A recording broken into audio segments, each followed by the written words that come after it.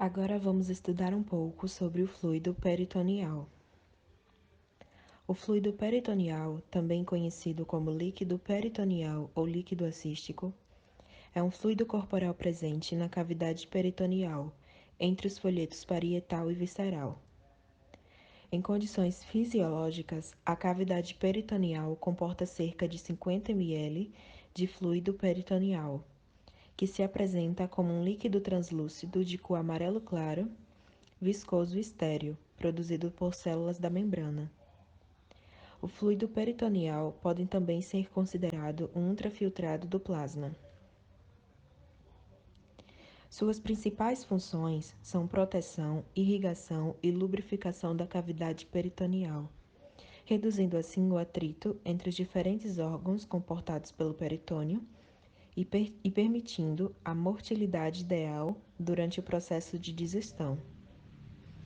Além dessas citadas, já foram descritas outras seguintes funções, que seria transporte de fluidos e células durante a resposta inflamatória, proteção contra agentes microbianos patogênicos e disseminação de células tumorais. Uma importante alteração patológica seria a tal conhecida ciste, mais comumente chamada de barriga d'água, que seria o aumento da quantidade de fluido peritoneal na cavidade peritoneal. A origem deste líquido acumulado pode variar entre o plasma, bile, sangue, suco pancreático, líquido intestinal, linfa, urina e outros.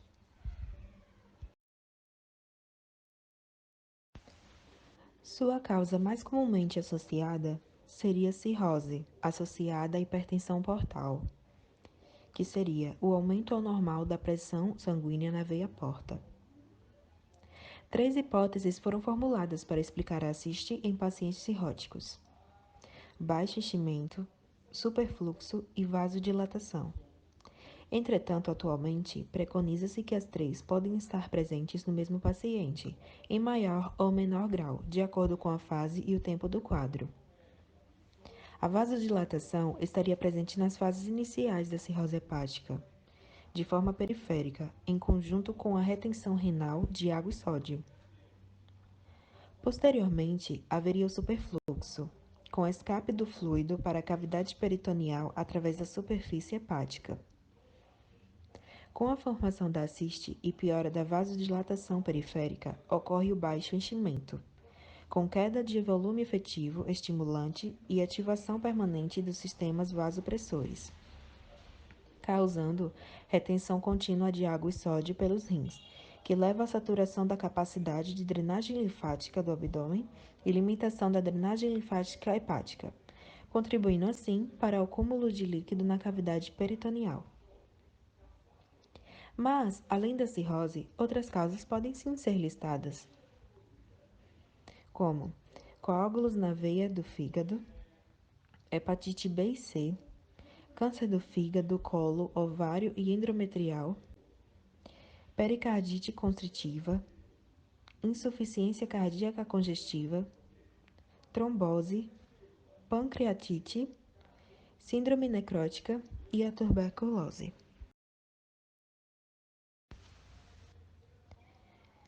Para se avaliar a causa etiológica do quadro patológico, ou seja, a origem do processo assístico, como começou, suas causas, a razão para aquele líquido estar ali, realiza-se o procedimento cirúrgico, objetivando a remoção de uma amostra de fluido assístico para posterior avaliação. Esse procedimento é denominado parassíntese. Sua análise é a melhor forma para a definição diagnóstica dos casos de assiste, sendo a parassíntese abdominal a forma mais eficiente para confirmar o diagnóstico e determinar a causa e possível contaminação do fluido. Segundo estudos, o melhor local para punção é o quadrante inferior esquerdo, devido à parede abdominal mais fina e maior profundidade do líquido. O fluido assístico pode ser diferenciado em 2, como por exemplo, o exudato e o transudato. Tá, mas o que vai diferenciar os dois? Basicamente, seriam seus componentes, como por exemplo o exudato. formado pelo líquido ativamente secretado, em geral associado a processos inflamatórios ou neoplasias. Apresenta alta concentração de proteínas, pH baixo, glicose reduzida e alta contagem de leucócitos. Por outro lado, transudato, que é resultado da perca de líquido causado por aumento de pressão no sistema porta-hepático, cuja função é drenar sangue dos intestinos e outros órgãos no sistema digestivo. Em geral, tem baixa concentração proteica, pH elevado, glicoses em taxas normais e contagem de leucócitos inferior ao observado em casos de exudato.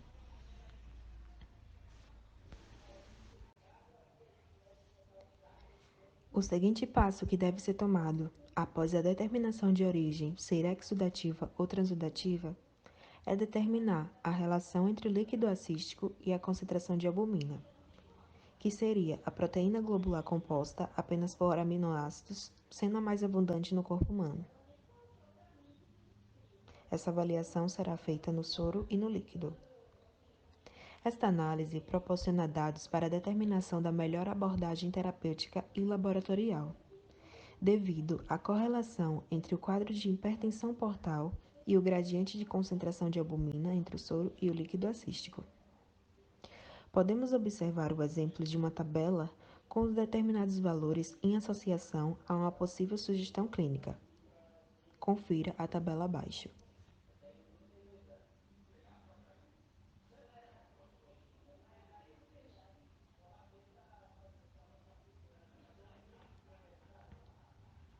Agora vamos analisar o líquido peritoneal. Para a confirmação da CIST, realiza-se a ultrassonografia como exame de triagem que revelará o aumento da quantidade de fluido na cavidade peritoneal e permite a escolha adequada do método e local para a realização da parassíntese.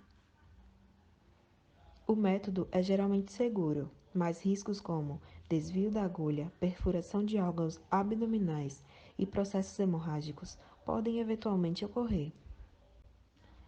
Observação importante é que não se deve realizar a técnica em pacientes não colaborativos, com infecções de pele ou gestantes.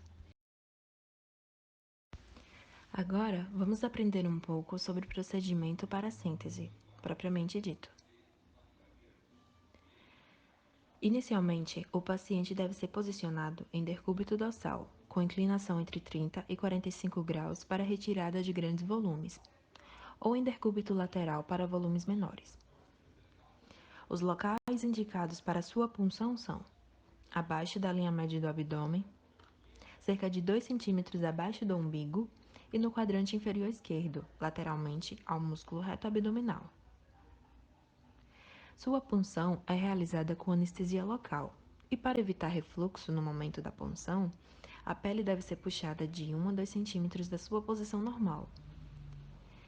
Para uma avaliação perfeita laboratorialmente, solicita-se uma amostra de no mínimo 30 ml e, para exame citológico, uma média de 100 ml.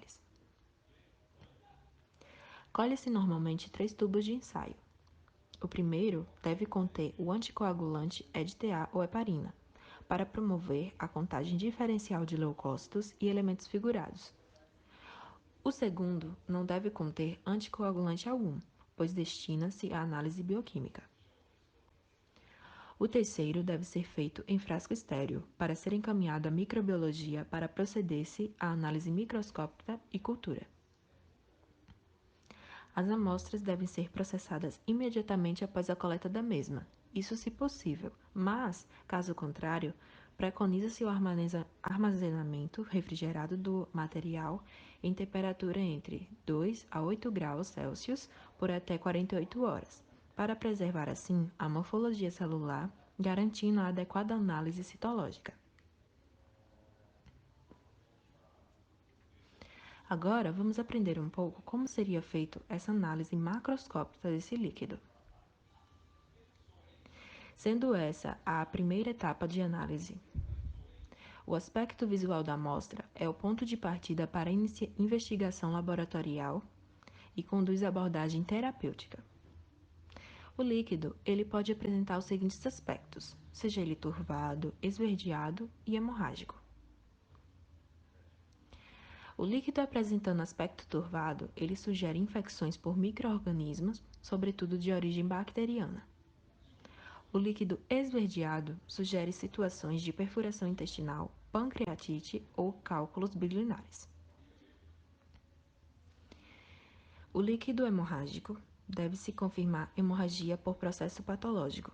O sangue pode vir de uma pulsão traumática. E por fim, vamos para a análise citológica deste líquido. A contagem global é de suma importância para diferenciar casos de transudato e exudato. Os tipos celulares que podem ser encontrados no fluido peritoneal são eritrócitos e células nucleadas, incluindo leucócitos e células mesoteliais. A contagem é realizada comumente em câmara de Naubaugh, mas pode ser realizada em qualquer retículo de contagem. As células nucleadas são contadas nos 4 quadrantes externos da câmara, que possuem um volume total de 0,4 milímetros cúbicos. Mas a contagem pode ser realizada também na área central da câmara. Algumas podem ser realizadas sem diluição, mas em amostras com elevada celularidade, realiza-se a diluição em solução aquosa de fucsina, a 0,2% de proporção de 1:20. A solução otimiza a contagem, corando o núcleo das células e provocando a lise dos eritrócitos, que assim pode dificultar a contagem. O procedimento de contagem dos eritrócitos varia de acordo com a celularidade da amostra. Para a contagem diferencial de leucócitos, por exemplo, a câmara de Sutter possui um sistema de filtros de papel que absorve parte do líquido, concentrando as células e fornecendo um esfregaço de boa qualidade. A coloração da lâmina é feita com MEI.